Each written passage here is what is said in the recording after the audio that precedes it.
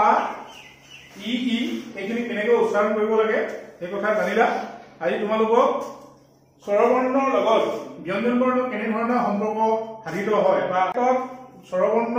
ব্যঞ্জন বৰ্ণৰ লগত কেনেকৈ থাকে বা কেনেকৈ সংযোজিত হয় সেই বিষয়ে তোমালোকক আজি কম। তোমালোকে এতিয়া স্বৰবৰ্ণ এইকেইটা আখৰ এই বৰ্ণকেইটা কেনেকৈ উচ্চাৰণ কৰে নিশ্চয় ইতিমধ্যে গম পাইছা। আৰু বিশেষকৈ ব্যঞ্জন বৰ্ণৰ কথা কওঁতে এটা কথা কৈ লওঁ তোমালোকক যে যি বৰ্ণ উচ্চাৰণ কৰোঁতে স্বৰবৰ্ণ সহায় ল'বলগীয়া হয়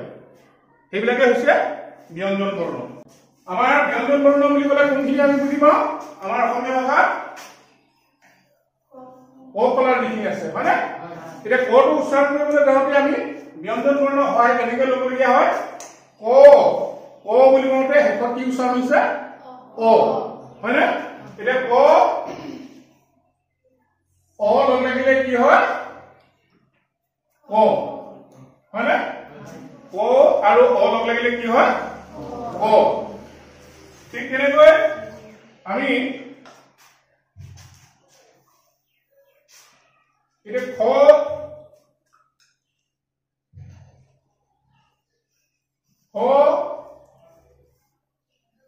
অ কি হয়? খ খ বুলি কওঁতে আমাৰ অ এটা উচ্চাৰণ হৈছে। ঠিক তেনেকৈ ব্যঞ্জন বৰ্ণ যিমান উচ্চাৰণ কৰিবলৈ যাওঁতে আমাৰ কি হয়?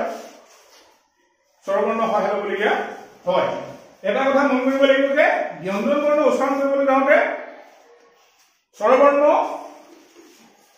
অ যি আখৰ সেই আখৰটো আমাৰ প্ৰত্যেকটো বৰ্ণতে সংযোজিত হৈ থাকে। অৰ্থাৎ আমি ব্যঞ্জন বৰ্ণ উচ্চাৰণ কৰোঁতে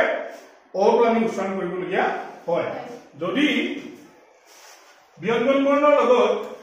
বা অ বাদ দি বাকীকেইটা বৰ্ণ যদি সংযোজিত হয় তেতিয়া ব্যঞ্জন বৰ্ণ বৰ্ণটোৰ ৰূপ সলনি হয় আৰু তাৰ লগে লগে তাৰ উচ্চাৰণো কেনেকে সলনি হয়। এতিয়া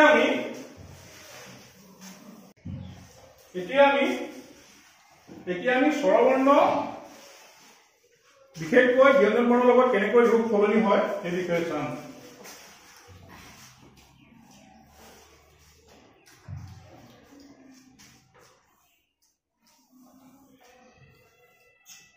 এই অ বৰ্ণটো ব্যঞ্জন বৰ্ণৰ লগত সকলো বৰ্ণতে যদি আমি উচ্চাৰণ কৰোঁতে ব্যৱহাৰ কৰোঁ বা সকলো বৰ্ণতে ইয়াক উচ্চাৰণ কৰোঁতে ব্যৱহাৰ কৰা হয়, কিন্তু ইয়াৰ কোনো নিৰ্দিষ্ট উচ্চাৰণৰ সলনি নহয়। ক বুলি কওঁতে আমি অ লগ লাগি ক হৈছে, গতিকে ইয়াৰ উচ্চাৰণটো কেনেকুৱা হ'ব? ক। ইয়াত এই বৰ্ণটো কোনো পৰিৱৰ্তন হোৱা নাই। ঠিক তেনেকৈ আমি খ বুলি কওঁতে ইয়াত অ উচ্চাৰণ হৈছে কিন্তু বৰ্ণটো সলনি হোৱা নাই। ক খ হয়নে? ঠিক তেনেকৈ আমি যিমানকেইটাৰ ব্যঞ্জন বৰ্ণ আছে সকলোকেইটা উচ্চাৰণ কৰোঁতে আমি বিশেষকৈ স্বৰবৰ্ণ অ আখৰটো আমি শেষত উচ্চাৰণ কৰিবলগীয়া হয় বা উচ্চাৰণ কৰা হয়। এতিয়া আমি চাম যে ব্যঞ্জন বৰ্ণৰ লগত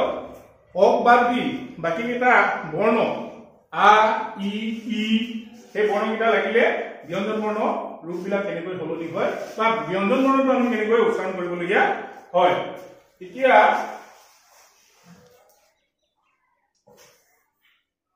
ক বৰ্ণৰ লগত যদি আমাৰ স্বৰবৰ্ণ আ লগ লাগে কি হ'ব? এইটো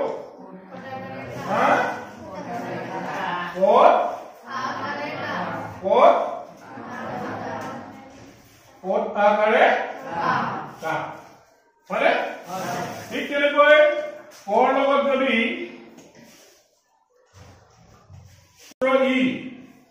হস্ৰ ই লগ লাগে তেতিয়া কি হ'ব?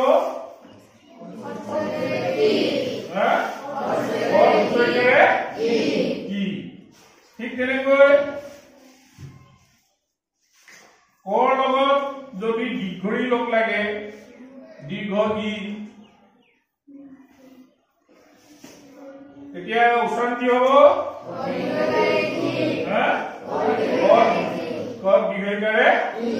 ই হয়নে ক লগত আ লগ লাগিলে কি হল আকাৰে কা ক লগত ই লগ লাগি কি হল কত হসইকাৰে না কত হসইকাৰে কি ই কত হস্ৰ ইকাৰে ই হয়নে ঠিক তেনেকৈ ক লগত দীৰ্ঘ ই অৰ্থাৎ কি ই কত ই লগ লাগি কি হল কি এই ইয়াতে ক লগত আ লগ লাগি ইয়াৰ উচ্চাৰণটো কি হল কা ক লগত ই লগ লাগি ইয়াৰ উচ্চাৰণটো কি হল কি ঠিক তেনেকৈ ক লগত ই লগ লাগি কি হল হয়নে এই যে আমাৰ ক বৰ্ণটোৰ লগত ইয়াৰ এটা চিন লাগিছে দেখিছানে ঠিক তেনেকৈ ইয়াতো এটা চিন লাগিছে হয়নে আৰু ইয়াতো এটা চিন লাগিছে এই চিনডাল হয়নে এইকেইডাল কি বুলি কোৱা হয় এইকেইডালকে কোৱা হয়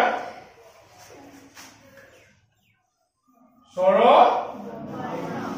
চিহ্ন কি বুলি কোৱা হয় স্বৰ চিহ্ন অ বাদ দি বাকি কেইটা যিমান বিলাক স্বৰবৰ্ণ আছে স্বৰবৰ্ণ প্ৰত্যেকৰে একো একোটা চিন আছে এতিয়া আমি প্ৰথমে চিনবিলাক চাই লওঁ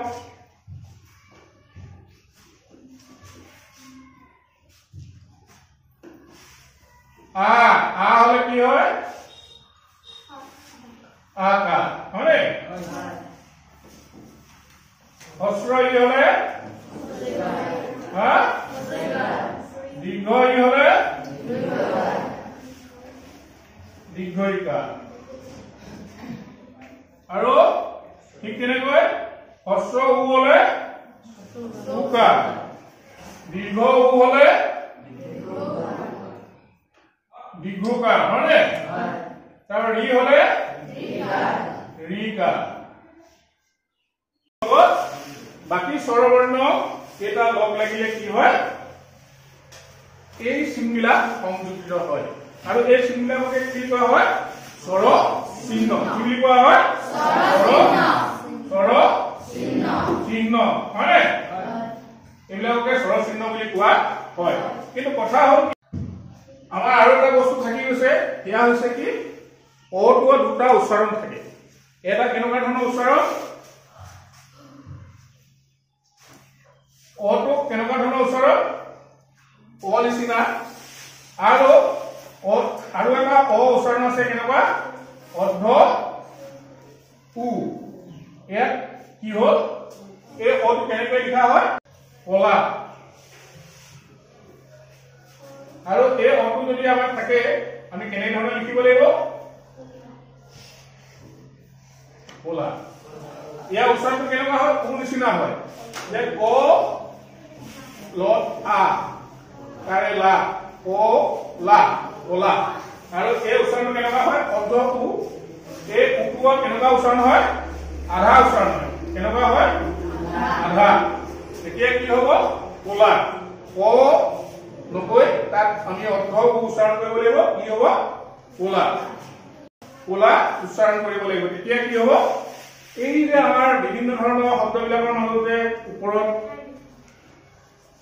কমাগা থাকে তাৰ উচ্চাৰণবিলাক সদায় কি হয় বেলেগ বেলেগ ধৰণে হয় ঠিক তেনেকৈ আমি যদি চাওঁ গোল গোল হয়নে ঠিক তেনেকৈ আৰু আমি কেনেকুৱা ধৰণৰ শব্দ ল'ব পাৰো এইটো লৰা কিন্তু দুইটা একেই ইয়াত কমা এটা আছে সেইকাৰণে ইয়াৰ অৰ্থটো বেলেগ হৈ যায় আপোনাৰ উচ্চাৰণটো সলনি হয় ঠিক তেনেকৈ কলা কলা এটা কলা ৰং এটা কলা হৈছে কৃষ্টি কলা সংস্কৃতি ঠিক তেনেকৈ গোল এটা হৈছে গোল কোচ এটা হৈছে গোল মানুহজন গোল বজাৰলৈ গোল কিবা গোল ঠিক তেনেকৈ আমাৰ উচ্চাৰণবিলাক বেলেগ বেলেগ ধৰণৰ হয়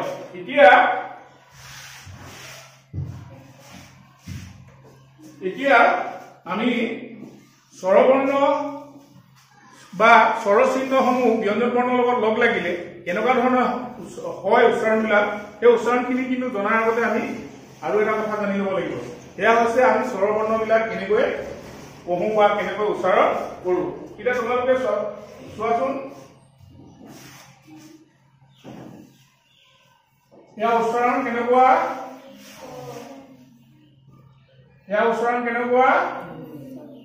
ইয়াৰ উচ্চাৰণ কেনেকুৱা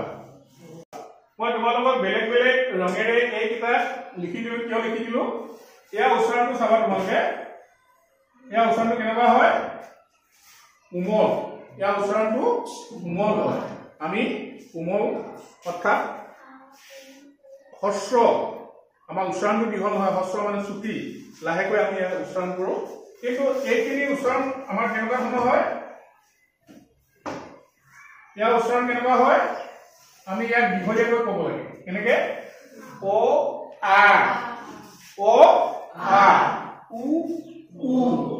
এ ঐ হয়নে তাৰপিছতে ইয়াৰ উচ্চাৰণখিনি চাবা তোমালোকে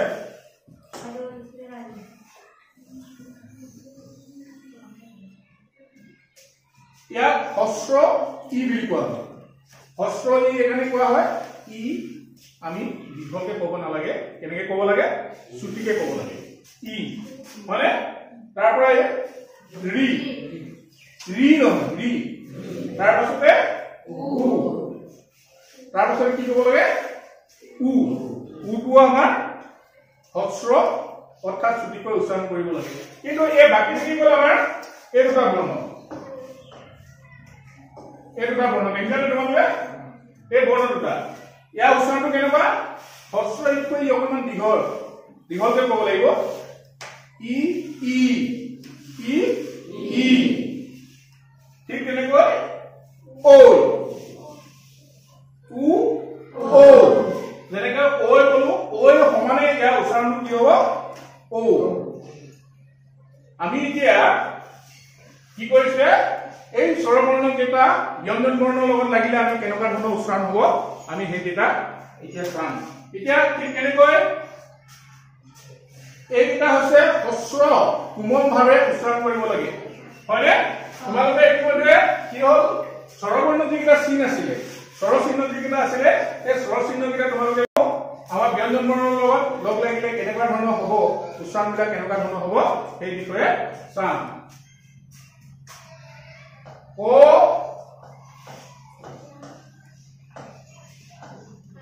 আ কি হ'ল কা ওত আকাৰে কান হয় কা ও আ কা হয়নে কাৰণ কি হ'ল আটো আমাৰ দীৰ্ঘৰ স্বৰ স্বৰবৰ্ণ উচ্চাৰণ কৰোঁতে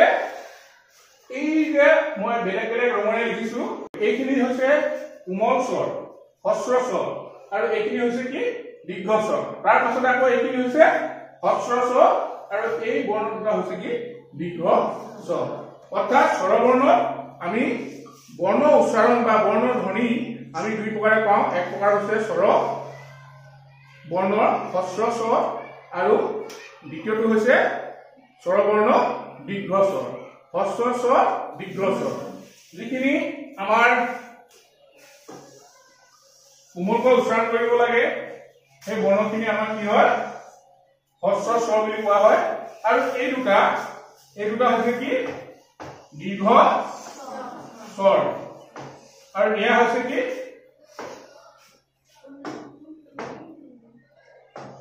এই দুটা হৈছে কি হস্ৰ স্বৰ এয়া হৈছে হস্ৰ স্বৰ এয়া হৈছে দীৰ্ঘ স্বৰ এতিয়া ব্যঞ্জন বৰ্ণৰ লগত যেতিয়া এই স্বৰবৰ্ণকেইটা লগ লাগে তেতিয়া আমি উচ্চাৰণবিলাকো তেনেকৈ কৰিব লাগিব যেহেতু ক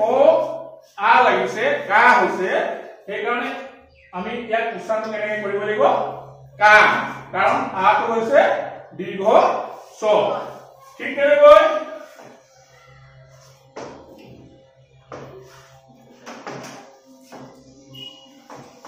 ক লগত কি লাগিছে উ ইয়াৰ উচ্চাৰণটো কেনেকুৱা হস্ৰ উ কুলি ধৰি লওক কি হ'ল কুলি আমি ইয়াৰ উচ্চাৰণটো কোমল ধৰণে কৰিব লাগিব কাৰণ কি স্বৰবৰ্ণ হস্ৰ স্বৰ উচ্চাৰণ আৰু ইয়াৰ চিহ্নডাল হৈছে উ সেইকাৰণে ইয়াৰ উচ্চাৰণটো কেনেকুৱা হ'ব কুলি কুলি নহয় কি ক'ব লাগিব আমি কুলি কেতেকী কুলি বুঝছানে কুলি এজনী চৰাই ঠিক তেনেকৈ আমি যদি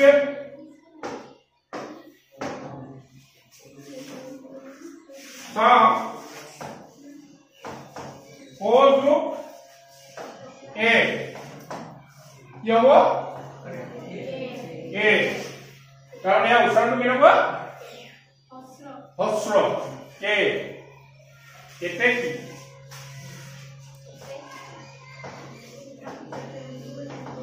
কেতেকী আমি এই উচ্চারণটো কেনেকুৱা হব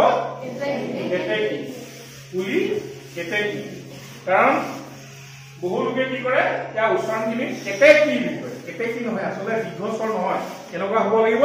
হস্ৰ স্বৰ কেতেকী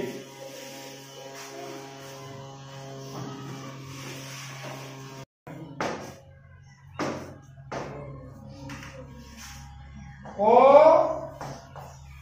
লগত ই লগ লাগিলে কি হ'ব কি হয় না ক লগত ই লগ লাগিলে কি হয় কি কিতাপ হইবা কি হ'ল কিতাপ ঠিক তেনেকৈ ক লগত ই লগ লাগিলে কি হ'ব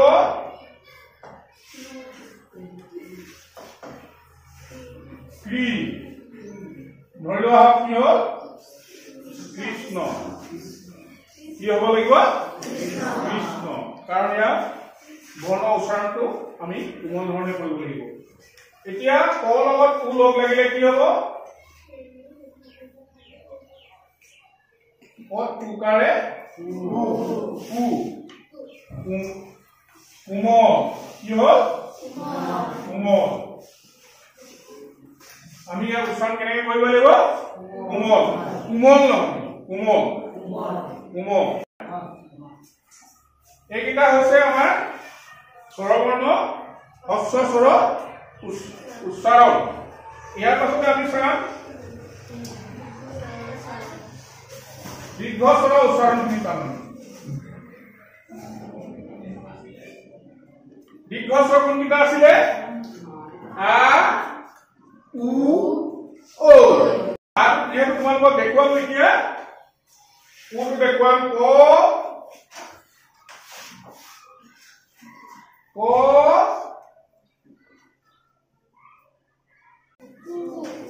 কু কু উচ্চাৰণটো যেহেতু দীৰ্ঘ স্বৰ সেইকাৰণে উচ্চাৰণটো কেনেকৈ কৰিব লাগিব ক কু কু কুপন আমি কুপন কি কাৰণে কি দীৰ্ঘ স্বৰ ঠিক তেনেকৈ ঐ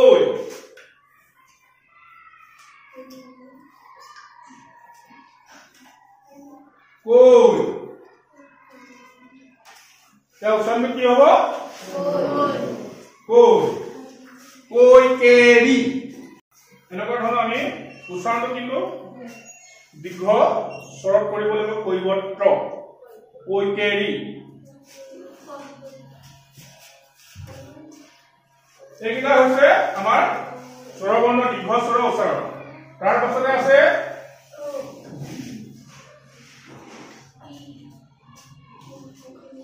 দীৰ্ঘ স্বৰ আৰু দুটা আছে এই দুটা কি কি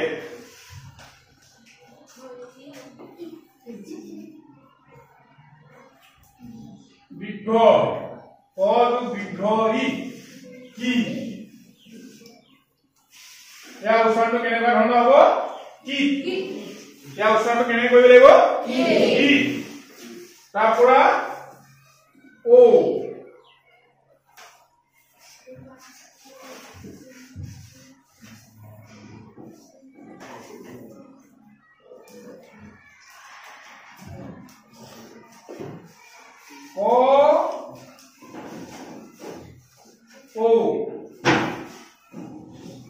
ओ क्या उच्चारण केनेका होबो ओ गौरव क्या उच्चारण केने কৰিব লাগিব গৌৰৱ क्या उच्चारण केने কৰিব লাগিব গৌৰৱ এটো হল উচ্চাৰণ কি এটো উচ্চাৰণ কেনেকুৱা হ'ব গৌৰৱ বুঝছনে এনেকৈ আমি উচ্চাৰণ বিলাক কৰিব লাগিব এতিয়া তোমালোকে নিশ্চয় গম পাইছা এই বৰ্ণ কেটা উচ্চাৰণ কেনেকুৱা হয় কোমল স্বৰ হস্ৰ স্বৰ আৰু এই বৰ্ণকেইটা উচ্চাৰণ কেনেকুৱা ধৰণৰ হয় দীৰ্ঘ স্বৰ আৰু এইকেইটা বৰ্ণ উচ্চাৰণ কেনেকুৱা ধৰণৰ হয় হস্ৰ স্বৰ আৰু এইকেইটা উচ্চাৰণ কেনেকুৱা ধৰণৰ হয় দীৰ্ঘ স্বৰ